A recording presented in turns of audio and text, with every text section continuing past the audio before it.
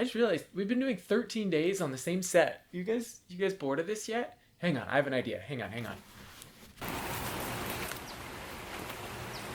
Welcome to the new set. Welcome back, everybody. I take a walk next to this creek almost every day, so I thought it'd be fun to come outside and film a few of these along the creek. So don't forget to like, comment, and subscribe, and let's jump right in with Proverbs 13. A wise son heeds his father's instruction, but a scoffer does not listen to rebuke. A man shall eat well by the fruit of his mouth, but the soul of the unfaithful feeds on violence. He who guards his mouth preserves his life, but he who opens wide his lips shall have destruction. The soul of the lazy man desires and has nothing, but the soul of the diligent shall be made rich. A righteous man hates lying, but a wicked man is loathsome and comes to shame. Righteousness guards him whose way is blameless, but wickedness overthrows the sinner. There is one who makes himself rich, yet has nothing, and one who makes himself poor, yet has great riches. The ransom of a man's life is his riches, but the poor does not hear rebuke. The light of the righteous rejoices, but the lamp of the wicked will be put out. By pride comes nothing but strife, but by the well-advised is wisdom. Wealth gained by dishonesty will be diminished, but he who gathers by labor will increase. Hope deferred makes the heart sick, but when the desire comes, it is a tree of life. He who despises the word will be destroyed, but he who fears the commandment will be rewarded.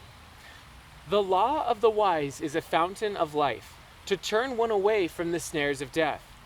Good understanding gains favor, but the way of the unfaithful is hard. Every prudent man acts with knowledge, but a fool lays open his folly. A wicked messenger falls into trouble, but a faithful ambassador brings health. Poverty and shame will come to him who disdains correction, but he who regards a rebuke will be honored. A desire accomplished is sweet to the soul, but it is an abomination to fools to depart from evil. He who walks with wise men will be wise, but the companion of fools will be destroyed. Evil pursues sinners, but the righteous good shall be repaid. A good man leaves an inheritance to his children's children, but the wealth of the sinner is stored up for the righteous. Much food is in the fallow ground of the poor, and for lack of justice there is waste. He who spares the rod hates his son, but he who loves him disciplines him promptly. The righteous eats to the satisfying of his soul, but the stomach of the wicked shall be in want. Proverbs 13. All right, another great one. We're into those Proverbs where they don't really have a theme. It's just sort of each chapter has so many good nuggets. Although one thing that's consistent through a lot of these is a father telling his son to listen to his commands. So chapter 13 starts in verse 1. A wise son heeds his father's instruction, but a scoffer does not listen to rebuke. It's important to listen to our fathers, our spiritual leaders, our parents, those in authority over us, because they've been there before. They've gone before us, and they can tell us things to watch out for. How many people we've seen try to get rich quick through schemes and stealing and thievery and all sorts of unethical means. Verse 11 right here, wealth gained by dishonesty will be diminished, but he who gathers through labor will increase. This chapter really has a lot on hard work, poverty, riches.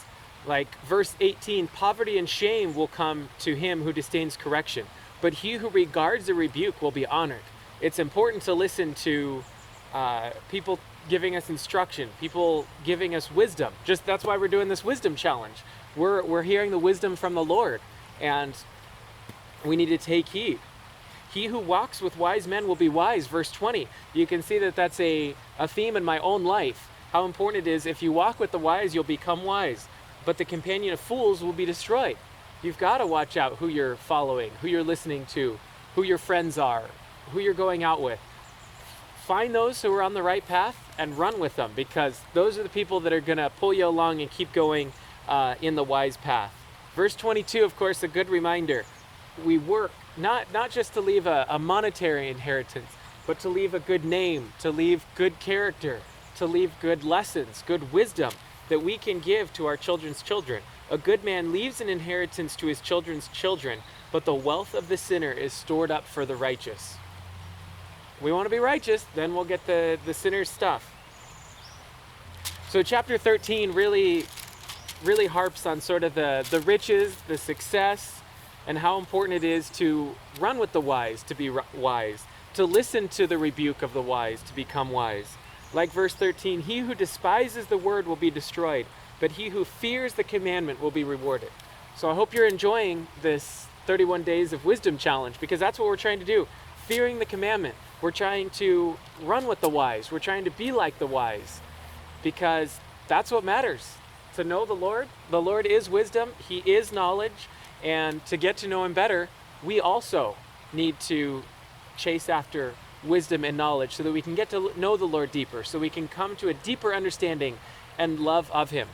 So I hope you've enjoyed this in nature today. I'll probably be filming a few more out here by the creek. And don't forget to like, comment, and subscribe. And we'll be right back here, same place, same time, tomorrow for Proverbs 14.